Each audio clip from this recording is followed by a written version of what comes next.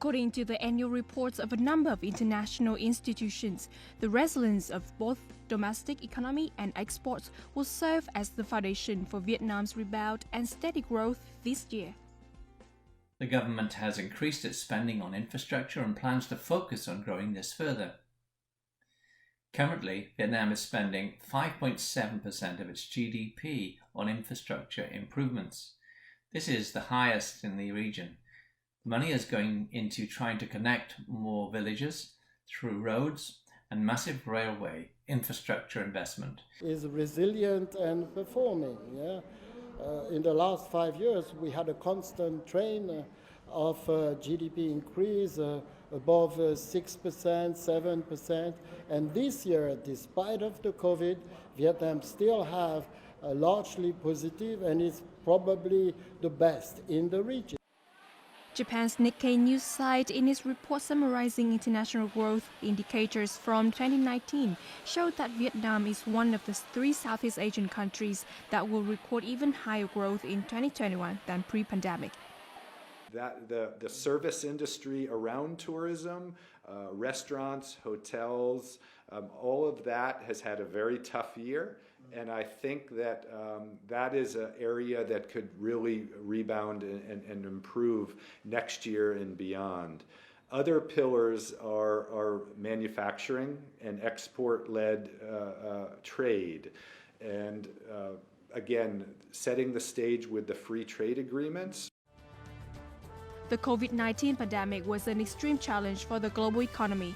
However, Vietnam has been an exception as it turned crisis into an opportunity for success thanks to the party and government's active and timely measures and policies. This will help the country continue its crucial role in international trade and economic integration. Vietnam's cumulative public investment disbursement this year reached more than 356 trillion Vietnamese dong, its highest rate in the 2016 to 2020 period. Back in 2016, this figure was more than 231 trillion Vietnamese dong.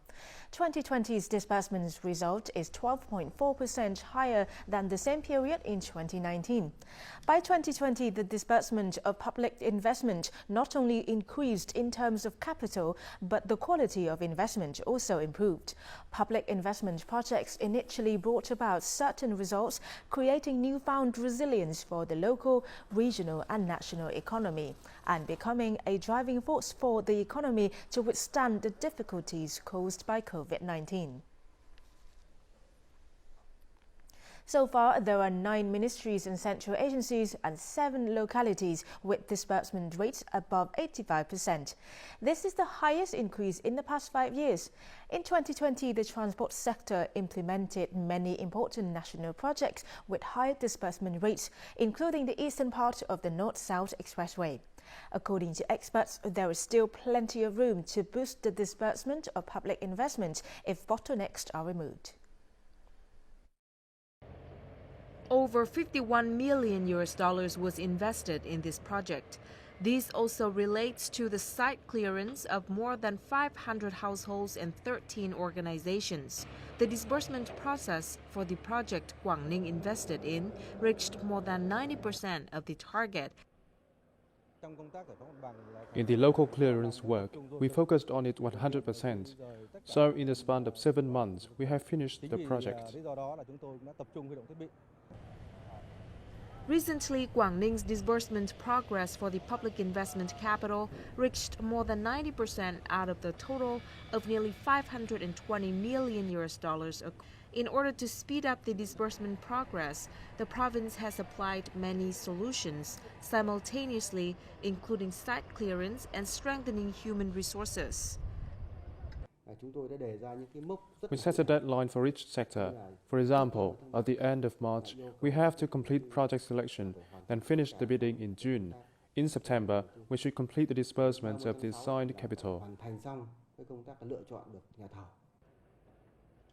Among the highest disbursement volumes for public investment capital in the country, investors under the Ministry of Transport have disbursed more than 90% of $1.7 billion of public investment.